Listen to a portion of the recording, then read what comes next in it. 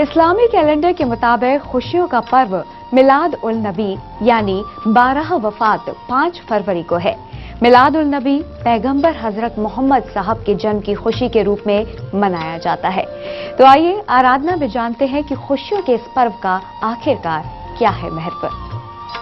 اعوذ باللہ من الشیطان الرجیم، بسم اللہ الرحمن الرحیم۔ فاصلوں کو تکلف ہے ہم سے اگر ہم بھی میلاد النبی یعنی 12 وفات۔ خوشیوں کا پرو میلاد النبی پیغمبر حضرت محمد صاحب کے جنم دن کی خوشی کے روپ میں منایا جاتا ہے۔ خود انہی کو پکارے۔ سن 570 عیسوی کو اپریل کے مہینے میں اللہ کے سب سے پیارے نبی پیغمبر حضرت محمد صاحب کا جنم ہوا تھا۔ اس بار اسلامی کیلنڈر کے مطابق خوشیوں کا تہوار میلاد النبی پوری دنیا میں 5 فروری کو منایا جائے گا۔ میلاد النبی کا مطلب یہ ہے کہ نبی کی پیدائش کا دن، نبی کی پیدائش کے موقع پر منایا جانے والا تہوار عید میلاد النبی کہا جاتا ہے۔ کہتے ہیں جب حضرت صاحب کا جنم ہوا اس سمے عرب دیش کی سماجک استھتی بہت خراب ہو چکی تھی۔ مہیلاؤں کا کوئی سمان نہیں تھا، قبیلے کے لوگ آپس میں لڑتے رہتے تھے، جس میں ہزاروں لوگوں کو اپنی جان سے ہاتھ گنوانا پڑا۔ ہر طرف برائیاں پنپنے لگی تھیں، لوگوں میں آپسی بھائی چارہ اور پیار محبت کا نام و نشان مٹ چکا تھا۔ تب ان برائیوں کو ختم کرنے کے لیے اللہ نے اپنے سب سے پیارے نبی حضرت محمد صاحب سے پہل کروائی۔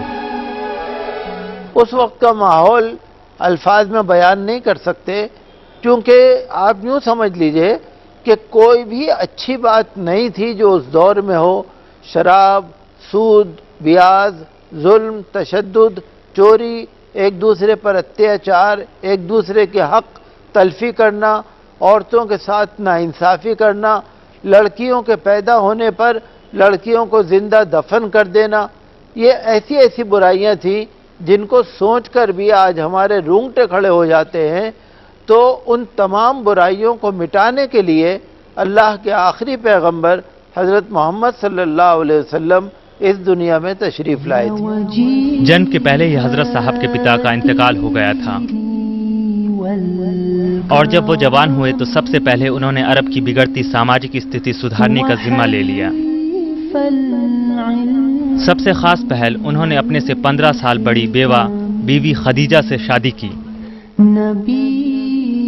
اس وقت کے ماحول میں یہ ایک بڑی بات تھی، کیونکہ تب بیوہ عورتوں کی عوام میں کوئی عزت نہیں تھی، اور حضرت محمد صاحب کی اس پہل سے ہر طرف ایک پیغام گیا کہ عوام میں سدھار لانے کے لیے ہر حال میں بیوہ عورتوں کو بھی عزت ملنی چاہیے۔ اللہ نے تمام دنیا، تمام انسانیت کی ہدایت کے لیے اپنے پیغمبر بھیجے، جنہوں نے اللہ کا نور پھیلایا، جنہوں نے سب کو ہدایت عطا کی۔ پیغمبر صاحب کے پیغام ساری دنیا کے لیے کسی تحفے سے کم نہیں ہے، کیونکہ ان پیغاموں پر جس نے عمل کر لیا وہ اللہ کا سب سے نیک بندہ بن گیا۔ نہیں کرتے اسی لیے اس بار میلاد النبی کے تہوار کی خوشیاں تبھی صحیح معنی میں مکمل مانی جائے گی جب ہم اور آپ سبھی حضرت محمد صاحب کے دیے گئے پیغاموں پر صحیح طریقے اور صحیح معنی میں عمل کریں۔ محمد ہے یا ہوگا احمد کا رتبہ نہ کم دیکھیے، تا ابد بھی خدا کی قسم دیکھیے۔